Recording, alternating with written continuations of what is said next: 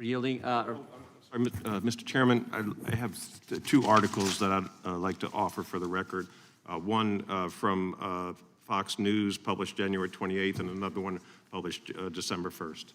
Without objection, they'll be entered into the record. The chair now recognizes the gentlelady from California. Thank you, Mr. Chairman. First, let me just thank you, Mr. Dunn, for your compelling testimony and offer my deepest sympathy and prayers for your family and your lost son. All of us feel that way on this days. I just, you know, it's important to note that I think every member of this committee wants to have order at the border. We want laws that can be enforced, but we also need to take a good look at really what's happening. And if you take a look at who's coming into the United States without benefit of a visa, it's a mix.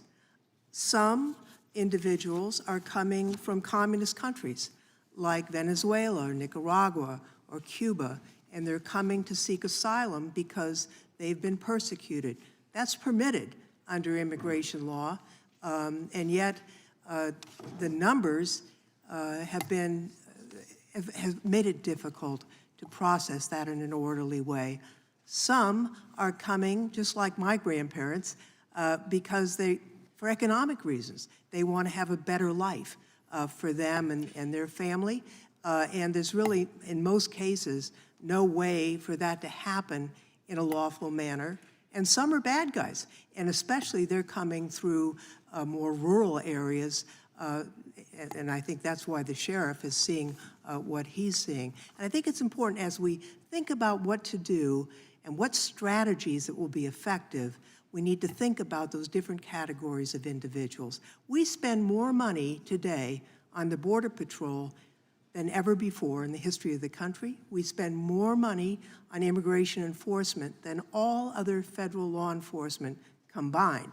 So it's not as if we're unwilling to pay for enforcement, but I note that the wall that some feel will be the answer, on average, was breached last year once every 11 minutes.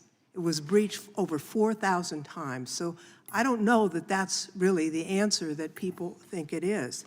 Now, taking a look at the Cubans and the Nicaraguans and the Venezuelans, for example, the administration created a parole program just recently for a safe and organized process for migrants seeking protection as asylum seekers. And when they did, the number of people coming irregularly dropped. My understanding is that between the ports of entry, individuals seeking asylum from those countries dropped 97%.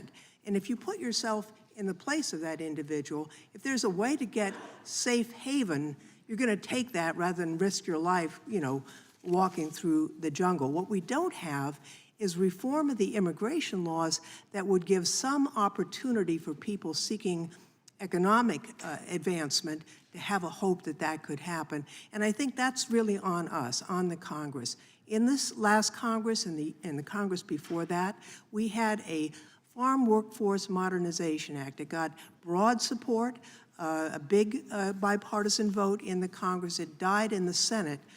But we know that more than half the farm workers in the United States are undocumented, and yet we need farm workers in the country. If there's a way to have an orderly system, I think that would help us a lot as a country.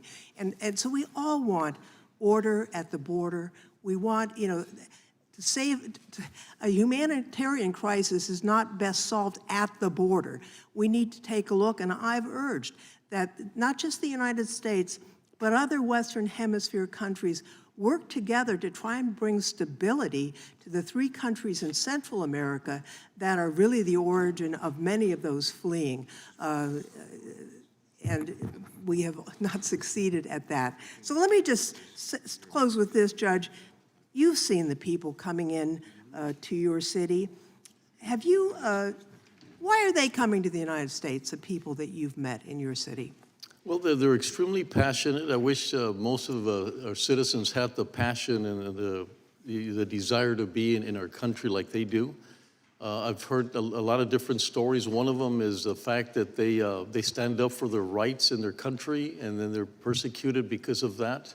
They're asked not to do those kinds of things, like, they get targeted. I get a lot of them telling me that they're still, their parents will call and say, they go to my house every single day and find out where I'm at. And so they're very passionate about coming here, extremely passionate about working. They all say the same thing, that they're very willing and able to work here in the United States. Thank you, Mr. Chairman. I see my time has expired.